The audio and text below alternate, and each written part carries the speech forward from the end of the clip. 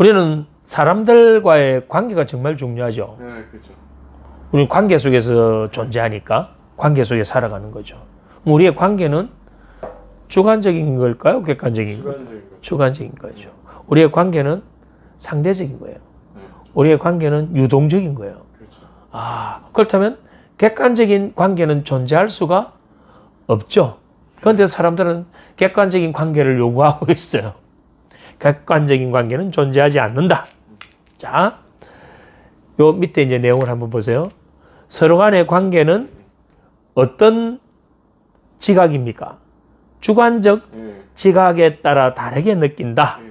자, 이제 A, B가 나옵니다. A는 B와의 관계에서 나는 B와 아주 친하다라고 느끼고 있습니다. 근데 B는 A에 대해서 그렇게 생각하지 않을 수도 있다. 이게 우리의 인간관계 아닌가요? 그렇죠. 자기 혼자 김치국 마시는 경우도 많다. 상대는 그런 마음도 없는데 그럴 수도 있다. 이게 뭐냐면 우리의 관계에서 이게 뭐냐면 주관적 지각이다 이 말이에요. 우리는 전부 다 이런 주관적 지각에 의해서 관계를 하고 있지 않나요? 그렇죠. 중요한 건 이것이 주관적 지각이라는 것을 뭐 해야 된다? 알아차릴 수 있는 능력이 필요하다. 우리는 연인 간에 데이트를 할 때 바로 이 주관적 지각. 나는 내가 100이라는 이 강도만큼 상대를 사랑하는데 상대도 100이라는 걸 반드시 나에게 줘야 된다. 그렇게 나를 100으로 생각하고 있다는 전제를 까니까 내 이 100이라는 게 안 돌아오니까 나는 뭐 서운하고 삐지는 거예요. 여기에도 우리는 주관적 지각이 들어갈 수 있겠죠. 협상, 친구관계 또는 부부관계 모든 인간관계에서 이 관계에 대한 알아차림은 너무나 중요하다. 정확한 알아차림으로 부정적 관계를 뭐 할 수 있다? 개선할 수 있고 긍정적으로 향상시킬 수 있다. 근데 이걸 모르면 계속 엇박자 나는 거예요. 계속 이 교차가 되는 거예요. 교차. 자,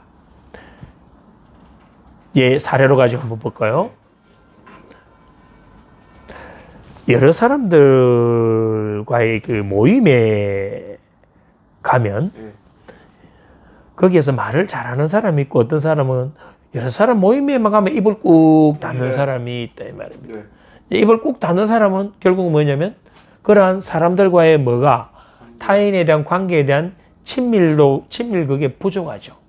그 친밀감이 부족한 건 뭐냐면 결국은 성장 과정에서의 애착의 문제가 있는 경우가 대부분 많아요. 그럼 어릴 때에 그런 애착의 문제를 갖고 있으면 성인이 되어서도 좁혀진 자신의 경계를 만들거든. 그래서 여러 사람들이 모인 곳에 가면 본인은 불편하다 이 말이에요. 그럼 이것이 나의 애착으로 인해서 애착의 문제로 인해서 내가 여러 사람들 앞에 가서 이런 부분들이 불편하구나라고 하면 알아차린다면 다른 선택이 가능하다. 우리는 그 다른 선택이 공부가 될 수도 있고 이런 우리가 훈련이 될 수도 있고 상담이 될 수도 있고 그러한 과정에서 나는 더 이상 그런 불편한 내 존재에서 자유로워질 수 있다 이 말이에요. 자, 또 하나의 사례를 제가 설명드려 볼게요. 찬수라는 사람은 아주 모범적인 가장이에요. 정말 모범적인 가장이에요. 열심히 일해서 이제 호봉도 거대해가지고 월급도 많고 그래서 회사에서 일을 할 때는 정말 열정을 달 불태웠어. 인정받는 직장인이 되었고 그래서 경제적인 부분에서는 이제 자유로워졌어요. 그렇게 열심히 하다 보니까 주말만 되면 집에 오면 뻗어버리는 거예요. 그래서 계속 낮잠을 자거나 깨어있는 시간에는 계속 게임만 하고 있는 거예요. 그래서 부인은 불평불만이 많은 거예요. 남편은 내가 있기 때문에 아이들과 아내가 살 수 있고 우리 가정이 꾸려갈 수 있다. 그래서 나는 5일 동안 열심히 일했기 때문에 내 할 일은 다 했다. 나는 충분히 낮잠을 잘 수 있고 나는 게임할 수 있는 그런 내 권리가 있다. 근데 아내는 전혀 다른 거예요. 아내는, 그러니까 이 남편은, 찬수 씨라는 분은 아내는 그냥 집에서 당연히 해야 될 당연한 그 어떤 그런 일들은 큰 가치 없는 것으로 평가하고 있는 거예요. 근데 아내 입장에서는 본인도 육아를 하고 가사를 하면서 자기 일을 열심히 하고 있었던 거예요. 그래서 주말만큼은 남편이 뭐 해주기를 바라고 있나요? 가사를 분담을 하거나 또는 아이들과 함께 외출을 하거나 놀이공원을 가거나 가족이 함께 대화하고 어울리며 행복한 시간을 갖고 싶은 게 아내의 욕구예요. 그런데 남편은 거기에 응할 마음이 전혀 없다 이 말이에요. 중요한 건 초기에는 이 남편은 내가 이렇게 열심히 해서 돈을 벌어주니까 아이들과 아내가 전부 다 나에게 고마운 마음을 갖고 있고 그런 신뢰가 형성된 걸로 본인은 여기고 있고 느끼고 있는 거예요. 그래서 초기에는 그렇게 조용하게 넘어가는데 그게 많이 쌓이다 보니까 아이가 이제 성장하는 과정에서 이 아내는 점점 뭐가 쌓여가나요? 불만이 쌓여가죠. 그러면서 대화를 시도해보지만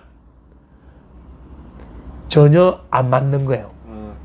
지금 남편의 이 상태를 아내는 이해를 못하고 아내의 이 욕구를 남편은 전혀 알아차리지 못하고 서로가 서로를 뭐 하고 있습니까? 알아차리지를 못하고 있는 거예요.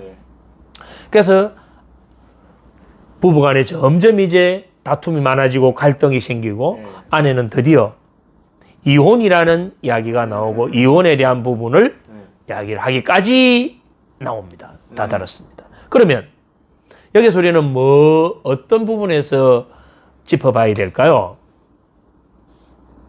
서로가 상대에 대해서 뭐가 없나요? 관계에 대한 알아차림이 없었다 이 말이에요.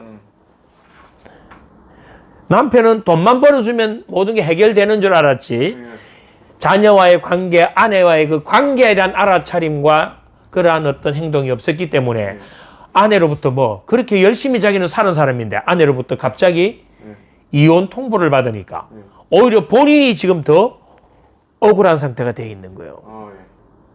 이게 관계에 대한 부분이 얼마나 중요할까요? 이런 경우 많지 않아요? 엄청 우리나라 좀 엄청 많을 것 같은데. 그게 관계에 대한 알아차림이다 이 말입니다. 나중에 상담을 하다 보면 이러한 부분들이 많이 나와요. 이런 케이스들이 많겠죠. 제 친구 얘기인데. 자, 알아차림을 통해서 우리는 관계 개선을 할 필요가 있다. 그러면 남편은 아내의 욕구에 대한 알아차림, 또 아내도 남편이 피곤하고 하니까 거기에 대한 알아차림, 그러면 보약을 지어준다든지 또는 그 게임 대신에 가족이 함께 할 수 있는 어떤 놀이 이런 걸 찾아본다든지 해서 서로 관계 개선에 필요가 있는데 그 관계 개선의 시발점은 결국은 뭘까요? 알아차림입니다. 알아차림이다 이 말이에요. 그래서 우리는 이 관계가 정말 중요하다. 관계에 대한 알아차림. 앞에 이야기한 것처럼 A는 자신은 B를 자신은 아주 믿고 좋아하는데 B도 자기를 이만큼 좋아할 것이다 라고 착각하고 있는 거예요. 자, 사자와 소 이야기 저번에 한번 들려드린 거 기억나시나요? 아니요. 사자와 소가 열렬한 사랑을 했습니다. 그래서 사자와 소는 서로 너무나 사랑했기 때문에 결혼을 했습니다. 그래서 가정을 꾸리고 그 가정에서 각자 최선을 다했습니다. 가정의 평화와 행복을 위해서. 그래서 이 사자는 사랑하는 소를 위해서 맛있는 고기를 사냥을 해가지고 계속 소에게 고기를 갖다 바쳤습니다. 소도 사자를 너무나 사랑했기 때문에 계속 싱싱한 풀을 뜯어가 사자에게 갖다 줬습니다. 뭐가 빠져 있나요? 알아차림이라는 게 네. 빠져 있기 때문에 네. 이 서로가 최선을 다해서 사랑하는 만큼, 행동하는 만큼 서로의 관계는 점점 빗나가고 네. 갈등이 생기고 악화돼서 결국 사자와 소는 서로 헤어지는 거죠. 뭐가 빠져 있기 때문에 관계에 대한 알았죠. 알아차림이 빠졌을 때 이러한 결과가 나오는 거예요.